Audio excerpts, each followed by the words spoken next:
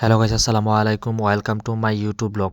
আশা করি সবাই ভালো আছেন। আপনাদের দোয়ায় আমিও ভালো আছি। অনেকদিন ধরে শুনতেছি যে আশুগঞ্জের মাতামাল এরাবিয়ানের খ্যাপসাটা নাকি অনেক সুস্বাদু। তো এটা ট্রাই করার জন্য আজকে আশুগঞ্জে চলে আসলাম আমরা তিনজনে। আর এটা লোকেশন হচ্ছে আশুগঞ্জ নাহার গার্ডেন, পশ্চিম সোনারামপুর। তো চলেন বেশি কথা না বলে রেস্টুরেন্টের ভিতরে চলে যাই। তো ভিডিওতে দেখতেছেন যে রেস্টুরেন্টটা অনেক সাজানো। তো হয়তো আপনারা ভাববেন যে এটা সবসময় থাকে, আসলে তাই না। আপনারা হয়তো অনেকেই জানেন না যে এই রেস্টুরেন্টের পাশে একটা কমিউনিটি সেন্টারও রয়েছে। আর যারা এখন আমার ইউটিউব চ্যানেলটা সাবস্ক্রাইব করে নাই তারা তাড়াতাড়ি সাবস্ক্রাইব করে দিবেন। সিঁড়ি দিয়ে ওঠার পরই মাতামাল এরাবিয়ানের রেস্টুরেন্টটা দেখতে পারবেন। আর এই মাতামাল এরাবিয়ানের রেস্টুরেন্টের বাম পাশেই কমিউনিটি সেন্টার। আশুগঞ্জের রাস্তার যে অবস্থা, চেহারার পুরো 12টাই বেজে গেছে। এই রেস্টুরেন্টে বাচ্চাদের জন্য একটু খেলার জায়গা করা আছে, যেখানে বাচ্চারা অনেক আনন্দ করতে পারে। আর এই খেলার জায়গাটা হচ্ছে কমিউনিটি সেন্টারের ভিতরে। তো রেস্টুরেন্টের ভিতরে আইসেই ভালো করে ফ্রেশ হইলাম, ফ্রেশ হয়ে চোল টোল একটু ঠিক করে নিলাম। তারপর আমরা চলে গেলাম রেস্টুরেন্টের ভিতরে। তো আপনারা অনেকেই ভাবতে পারেন যে আমরা হাসতেছি কিনা। আসলে হাসার কারণটা হচ্ছে যে আমাদের স্বপন বৈশা ওয়েটারে কল দিতেছে। আমি অর্ডার দিয়ে রেস্টুরেন্টটা ঘুরে দেখতে চলে আসলাম। তো আইসা দেখি এখানে বসে খাওয়ার জন্য ব্যবস্থা করেছে।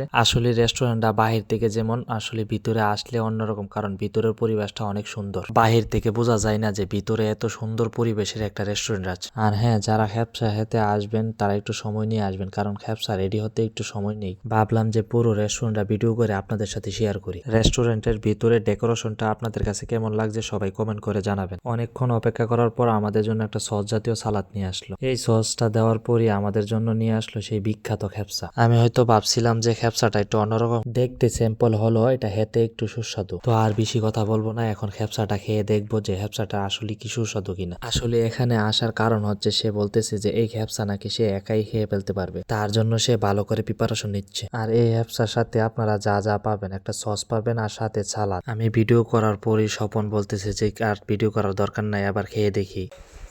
বলেন খাবি খাইবেন মজা না না, টিকটক করে দেন না। খাইবেন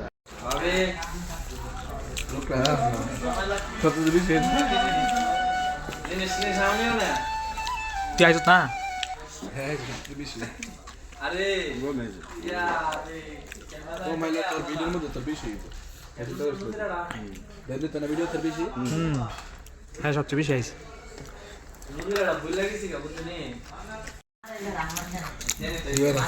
স্বপনে একলাই খেয়ে দেখেন কি একটা অবস্থা। আমরা খাওয়া দাওয়া শেষ করে এখন বাড়ির পথে রওনা দিলাম। এই রেস্টুরেন্টের সব থেকে সুন্দর জায়গা হলো এটা। যদিও সব সময় জায়গাটা এরকম থাকে না, যদি কোনো সময় এই যে কমিউনিটি সেন্টারে কোনো বিয়ের অনুষ্ঠান থাকে তখন এই রাস্তাটা এইভাবে সাজিয়ে রাখে। তো আমি নিচে আইসা স্বপনরে বললাম যে আমাদের গাড়িটা কোথায়। তো গাড়ির কাছে আসলাম, আসেই বলতেছে যে আমার একটা ছবি তুলে দে। বললাম যে এখন না, পরে তুলে দিব না। আসলে আমরা তিনজন যে এখানে হাসি ঠাট্টা মজা করে থাকি, গাড়িটা আসলে আমাদের না। তো ভিডিওটা আপনাদের কাছে কেমন লাগছে সবাই কমেন্ট করে জানাবেন।